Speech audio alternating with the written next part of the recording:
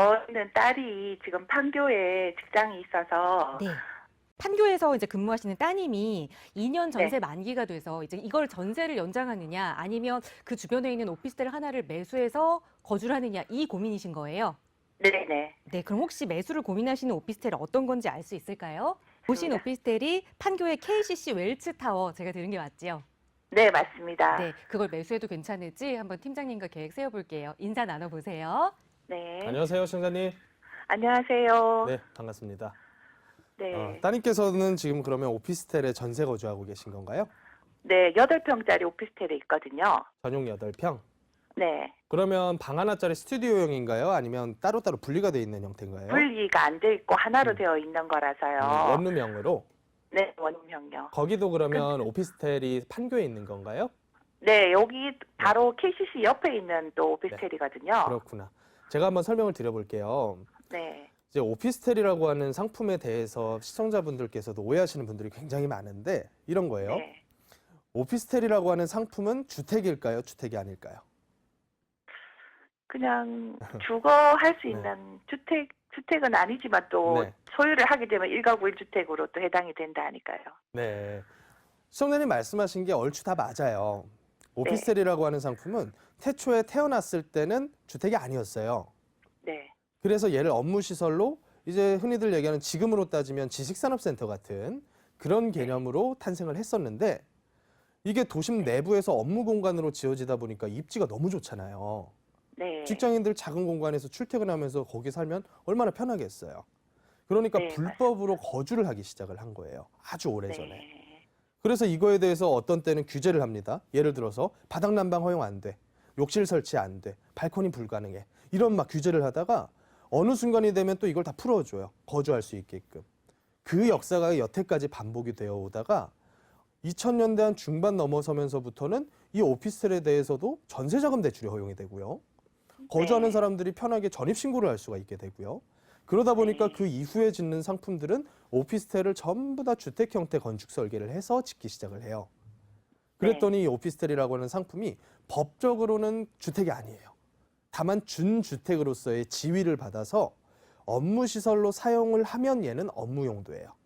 네. 근데 여기다 전입신고를 하고 주택임대 사업자를 등록을 한다거나 주택 형태로 사용을 하면 세법상으로는 다 주택에 포함이 돼요. 그러면 이런 형태 상품들을 누가 와서 거주를 하느냐? 시청자님이 아니라 시청자님의 따님 같은 분들이 다 거주하는 공간이 된 거예요. 네. 일자리와 너무 가까우면서 역세권인 경우가 많아요. 이유가 왜 그러냐면 보통 토지를 도시계획을 수립을 할 때 역 근처 좋은 입지들은 웬만하면 다 용도 지역이 높아요. 뭐 상업지역, 준주거 지역, 이게 높은 용도 지역에서만 오피스텔이 지어질 수가 있기 때문에 역 근처에 거의 대부분 다 지어져요. 네. 입지가 훌륭한 데다가 아파트 공간에서 따님도 평생 사셨을 거 아니에요. 부모님하고 같이 살 때는. 네. 네. 그러니까 젊은 세대 분들이 주차 문제, 보안 문제 이런 특성들 때문에 오피스텔을 단독 다가구 다세대보다는 좀 더 선호를 하는 경향이 좀 있어요. 그렇죠. 네. 그래서 이 부분에 대한 부분을 최근에는 어떻게 바뀌고 있냐면 전세를 끼고서 갭 투자하시는 분들께서 수익을 괜찮게 봐요. 네. 전세가가 저도 놀랄 정도로 많이 올라가더라고요. 특히나 이런 뭐 4, 5평짜리 작은 것들 말고요. 지금 네. 시청자 따님께서 사시는 것들도 이제 1.5룸 같은 형태들이 있어요. 방 네, 하나, 거실 하나 있고. 옮기려고 하는 거기는 KCC 네네. 웰츠는 1.5평, 1.5룸형이에요. 구분이 돼 있구나. 예, 거기는 또 평수도 예. 11평이고요. 꽤나 크네요. 1.5룸 네. 형태 그런 형태 오피스텔이라던가 아니면 네. 거실 하나 방 2개 있는 투룸이라던가 이런 네. 형태 사이즈들이 지금 실제 전세 거주하시는 분들이 가장 선호하는 형태예요. 네. 그러면 그런 형태의 물건의 특징 중에서 이제 투자로서 합리적이려면 업무 중심지와 아주 밀접한 관계가 있는 용도지 그런 역세권이면 저는 오케이예요. 입지적으로는. 네. 그러면 판교 옆에 있다. 입지적으로는 네. 너무 훌륭하죠. 그러면- 회사도 걸어서 10분 정도 갈 수 있으니까요. 너무 훌륭하죠. 그러면 자 그러면 네. 입지는 훌륭한 게 증명이 됐어요. 그러면 네. 그 다음에 뭘 따져봐야 되냐면 가격이 훌륭한지를 따져봐야 되는 거예요. 네. 그러면 지금 얼마 주고 매수하시려고 그러세요? 3억 6천이요. 지금 거기를 전세를 얼마 정도 줄 수 있나요? 전세는 그 2년 전에는 한 3억 천 정도를 하는데 또 이게 또 다시 재계약하려면 한 3억 2, 3천은 받는다고 하더라고요. 저는 그런 형태의 물건 그 정도 가격이라면 조금은 비싼 감은 있는데 전세 네. 수요가 그만큼 따라와 준다는 얘기거든요. 그러면 네. 가격적으로도 나쁘지 않다라고 봐요. 네. 근데 다만 내 거주 목적으로 쓸 때와 갭 네. 투자로서 전세 끼고서 매수했을 때는 그 차이가 분명히 존재를 해요. 네. 무슨 차이냐면 시청자님이 그 물건 전세 끼고서 잡아요, 만약에. 네. 그러시면 시청자님은 그거 3, 4천 주고서 사는 꼴이에요. 네. 네. 근데 만약에 그거를 직접 매수를 하세요. 그러면 3억대 네. 주고 매수하시는 꼴이에요. 비용 네. 차이가 어마어마하게 나버린다는 거죠. 그래서 네. 제가 만약에 거주 목적으로 따님을 어떤 식의 선택을 하게 할까 요 개념으로 네. 보면 저라면 이거를 전세를 거주하는 선택을 하는 게 더 낫다라고 보는 거죠. 들어가는 비용의 차이가. 그리고 나서 어머니께서 만약에 네. 이게 뭐 따님 자금으로 그렇게 하시려는 거면 네. 따님께서 그 금액을 가지고 만약에 오피스텔 갭 투자를 한다면 10개를 살 수도 있는 금액이잖아요. 네. 그런 차이가 좀 있다라고 저는 봐요. 그러면 지금도 전세를 살고 있는데요. 네. 그 2년을 더 5% 인상을 해주고 2년을 더 살면서 예, 예. 그러면은 그걸로 그냥 투자를 하는 게 나을까요? 아니면은 저는 그게 더 지금 낫다고 바로 봐요. 그게 더 나을까요? 예, 지금 말씀하신 방향이 훨씬 네. 더 낫다고 봐요. 만약에 따님께서 5%를 올렸어요. 전세 살고 계시는 데가.